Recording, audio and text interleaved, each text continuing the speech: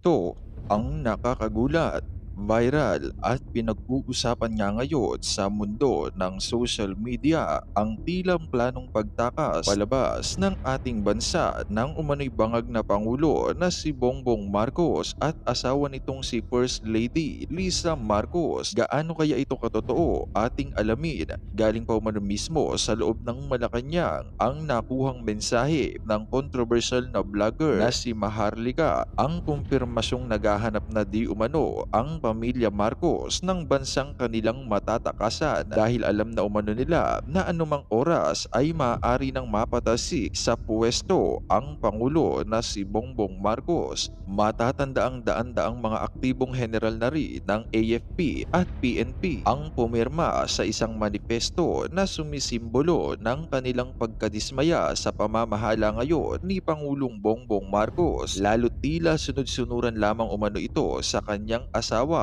at sa House Speaker na si Martin Romualdez. Nahayagan ang ginagawang pagnanakaw sa kaban ng ating bayan, partikular na sa pagmamaniobra ng mga ito sa 2025 budget na malinaw namang mapupunta lamang sa kanila ang malaking porsyento nito upang maipamudmod nila sa darating na halalan, nang sa gayon ay manatili pa rin sila sa kapangyarihan at patuloy na makapagbulsa mula sa pera ng taong bayan.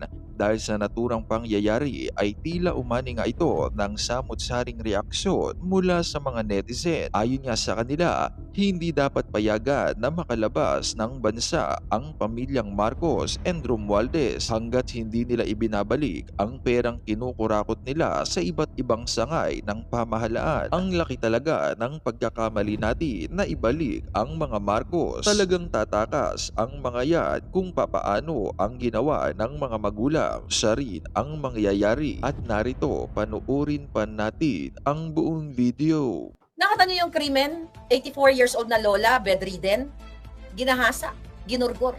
Two-time medalist sa Mindoro, natutulog, sinaksak. Okay? Ano pang krimen ang gusto ninyo?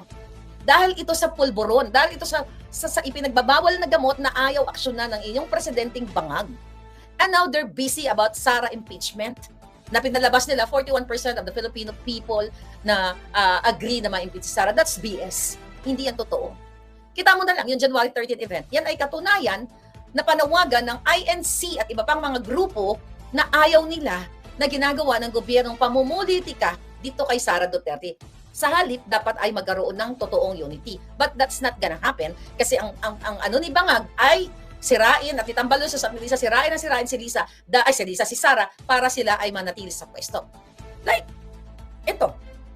A few hours ago, tinext ako, Malacanang to. Well, kakilala nila to. Right? Ano ang sabi? Ano ang sabi sa akin? Okay? Oh, ay, sabi niya, I guess, sabi niya dito, more and more info that Bangag and family are shopping for a place to run at the end of his term.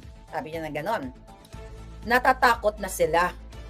Mukhang alam ni Bangag, sabi niya, alam ni Bangag na matatanggal na siya. O, sabi niya nga, I guess, BBM, sabi niya pa nga, knows they're going, sabi niya, ano to? Okay, I guess, Bangag knows they are going to investigate him ASAP after he leaves power. Anytime or what. Nagsha-shopping. Di ba sabi ko sa inyo, eto, iba na naman to, nagsha-shopping ng bahay. Nagsha-shopping sila kung saan sila titira kasi tinatransport nila yung pera ninyo through cryptocurrency. And now, andyan si Mayor Magalong na sinasambulat na sa inyo na ang mga congressman ay tumatanggap ng 7 million sa iba't ibang ayuda, sa iba't ibang like AX, MAIP, TUPAD, ganyan-ganyan. Tuwing sumama sila sa sorte, meron silang 7 million each with that ayuda-ayuda na yan. Sabi nga ni Mayor Magalong, kung 7 times 4, that's 8, 7 million, di ba? We're talking about 7 million. Okay? So kung 4 million, 7 million. So 7 times 4, let's say for example, that's 28. Okay? 28 million sa isang, sa isang sama lang nila. But sabi niya, 7 times 7 times 3 equals what? 21 million dun sa tatlong sinabi niyang ayuda. Then kung apat daw yun, that's 84 million yung sasamahan and everything. So, ano yung nakikita natin dito mga palangga?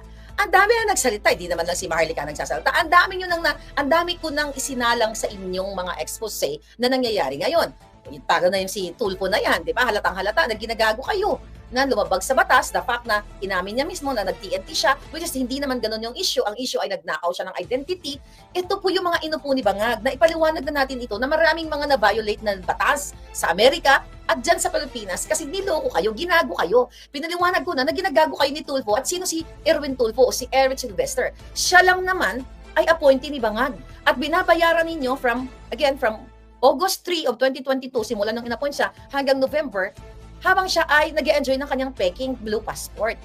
At ito, kahapon, dapat sasabihin ko to, may nag-text sa akin na cabinet secretary, okay, na sabi sa akin, Miss Maharlika, actually, tama yung timeline mo, na September, I think 14, kung naalala ko yung datos natin, yung date natin, September 14, na kung saan nag-apply si Erwin Tulfo ng G2 visa. Yung pala, ang sabi sa akin, Miss Maharlika, yung September na yun na nag-apply siya, kasi sasama dapat siya sa kay Bangag sa Amerika nung first time na bumalik si Bangag after nung hindi siya makabalik, di ba? Dahil may kaso siya dito. Nung September, di ba, pumunta siya dito, minute na si Biden. Nagtango-tango siya kay Giuliani Biden. So anyway, mga kababayan, yun daw pala yun. Sabi nitong cabinet secretary sa akin, actually, tama yung timeline mo na sinabi mo na, okay, na, tignan natin dito. Basahin ko yung text sa atin. Alright? Akala ninyo, ha? Okay. Sabi sa akin, ni Palangga, sabi niya, isasama dapat siya sa New York. Okay? Sa UN trip namin. Kaso lang, yung naging issue nga, yung passport niya. Sabi nitong ating, naalala, sabi gano'n lang itong nag-text, sabi, naalala pa namin, tinanong namin si Erwin kung sasama ba siya sa trip. Yung una, sabi ni Erwin, oo, sasama ako. Tapos yun nga, ligid sa kalaman ng taong bayan, meron pala siyang problema sa kanyang, hindi niya alam kung gagamitin niya ba yung kanyang US passport or mag-apply siya ng visa, US visa, para, magpanggap siya na siya ay, siya ay Pilipino pa rin. Pero, anyway, sabi niya, for the second time, marami daw siyang ginagawa, kaya hindi siya makasama. So, una, very confident si Erwin Tulfo na sasama sa trip ni Bangag noong 2022, tapos kalaunan hindi siya sasama kasi nga nagkaroon ng kalaboso ang kanyang pag-apply ng G2 visa. Kasi nga nalaman ng US Embassy na siya ay gumamit ng Peking gumamit ng Peking pangalan at nag-benefit siya sa identity theft. Kaya nga, di ba, the other day, in-explain natin sa inyo yung timeline. Kaya noong October 14, finally, ay binawi sa kanya o ni-revoke ang kanyang blue passport.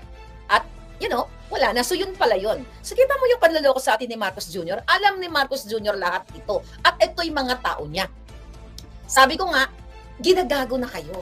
Ang sabi, di mo si Erwin, hindi ko naman siya pinapanood, pero pinanood ko yung niya sa akin, yung kanyang, yung kanyang sagot niya, na hindi naman niya nasagot. Hindi pala yun. Yung ibang video na namimigay sila ng pera sa kanyang show. Bigyan ng 2,000 yan, ng 3,000 yan. Binubunot pa nila yung pera. Binubunot pa niya kunyari sa bulsa niya. Partner sila ni Aljo Bendio. Saan galing yung pera yan? Sinasabi nila sponsor po sponsor. Okay yan yung namimigay ka ng pera mo. Kung yan ay pera mong pinaghirapan. Pero kung galing yan sa ayuda, sa tupad, sa AIX, mga palangga, at ibinibigay sa tao, sa kanyang mga audience para sa boto, para bumili ng boto, para manalo ang isang fraudster, diyan dapat kayo maalama. Kaya nga, sinasabi ko sa inyo, katulad dito sa LA, di ba? Pinondohan ang homeless. Ang mga homeless, ang mga undocumented and everything, kung ano pa man, criminal o kung ano pa man. It's the same thing na pinupondohan yung ayuda, buha ka ng inang ayuda, samantalang kayo tuwing baha, nangangamatay kayo. I hope hindi magkasunog sa atin dyan. Di ba? Imbes na pondohan yung mga fire department, dapat maging lesson ang mga nangyayari sa iba't ibang bahagi ng bansa, iba't ibang bahagi ng mundo. Katulad nito, dapat ma-alert yung mga ibang bansa kung ano nangyari dito sa California, na dapat ang bawat bahay talagang magkaroon sila ng idea or mag-create ng batas na dapat i-require ang mga insurance companies na bawat bahay ay mayroong fire hydrant or something na maprotektahan ang pag may apoy o kung ano man mga delubyo. Dapat ganun. So natututo dapat ang mundo sa nangyayaring mga sakuna. Sa atin natututo ba tayo? Natututo ba kayo? Paulit-ulit kayong ninanakawan ni Bangag ng mga alipores nila. Yan na lang yung baha. Okay lang sa inyo. Hanggang ngayon, hindi pa nga kayo nakakabangon dito sa baha, sa Bicol, buong Maynilaan. I have friend in Quezon City na talagang, na baha siya and everything. Oh, I have, andyan kayo. So, dapat ito yung magiging kayo, vigilant kayo, ipaglaban nyo ang karapatan ninyo. Hindi yung tignan nyo, pinapayagan nyo na ibigay ang pondo dyan sa ayuda-ayuda na yan. Pero walang pondo sa PhilHealth. You know what I mean? Yan pa lang eh. Walang pondo sa PhilHealth. Ano bang importante? Number 1 ay, what? Kalusugan. Health ng taong bayan. Dahil kapag unhealthy ka, hindi ka makapagtrabaho, hindi ka makapag-function. Then education. Kapag wala kang kaalaman, kulang ka sa kaalaman, barbaric ka, gagawa ka ng krimen. Puro pulburon ang isasaksak mo sa utak mo. Kapag gumawa ng krimen, ang mga tao, ang mga uneducated or pulburonic and everything, papasok ngayon ang krimen.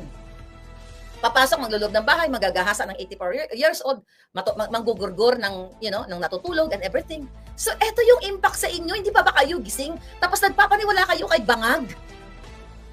Tapos binibilog kayo na dapat si Inday Sara Duterte ay talagang pukpukin because of 125 million na funds, na confidential funds, na ito ay hindi, ito ay sinasagot niya sa Commission on Audit at hindi pa napapatunayan kahit sa ang korte na ninakaw niya ito. But you guys, yung mga bugo, ay okay lang doon sa almost 1 billion a day na hindi pinapaliwanag ng Congress yung pinagyabang ni Marcos Jr. na 5,500 control. Then okay lang sana i-criticize si Sara Duterte sa 125 million, pero i-criticize nyo rin at pagpaliwanagin nyo si Zaldico, si Tambaluslos sa mga ayuda na ito na hawak nila. So ganon kasarado ang utak ng mga bugo na ibang kababayan nating Pilipino, mga bobo talaga. You talk about 125 million, hindi ko nakampiyan si Sara. You talk about 125 million na hindi pa napatunayan na ito ay ninakaw ng departamento niya. Pero sa flood control na may namatay na 200 katao mahigit pa, tahimik ang mga bunganga ninyo. Yung mga trolls lang, yung mga palangga ko hindi kayo kasali. Nakita nyo, and this ayuda na napupunta sa bulsa nila at hindi naman napupunta lahat sa inyo. Tapos gusto pa nila ng Kongreso, ng lower and upper house, senador, kongresista, mga hiputang inang yan, ipondo dyan ang pera ninyo kasi yan ang gagamitin nila sa eleksyon. Pagpapapogi, palalabasin nila ng pera ninyo. Paulit-ulit na lang tayo. Tuwing may namatay, may nagkasakit, pupunta kayo kay mayor, guarantee letter, na pwede yan i-centralize yung tulong ng gobyerno na yan na hindi dadaan sa mga buwakan ng inang to. In fairness, dito sa Amerika, hindi ka nalalapit kay ganito, kay ganyan, kay district or one representative para manghinang ayuda. Centralize yung aming aid dito. Alam mo yon? Although may mga palpak na, katulad nga, kinukwento ko sa inyo, na under scrutiny ngayon, yung aming mayor dito, si Karen Bass, dahil doon sa paglipa ng pondo sa mga homeless over dito sa fire department. It's the same thing na ginagawa ng mga gagong ito. Nililipat nila yung pondo ng ninyo, di ba? Sa kanilang mga departamento para pagnakawan kayo. And then you're okay lang kayo. Di ba? Dapat pondohan ang mga let's say pagkaroon ng mga emergency situation. Tulad niyan. Ambulansya nga sa Pilipinas eh. Wala nga tayo eh. I mean, meron pero kukunti lang.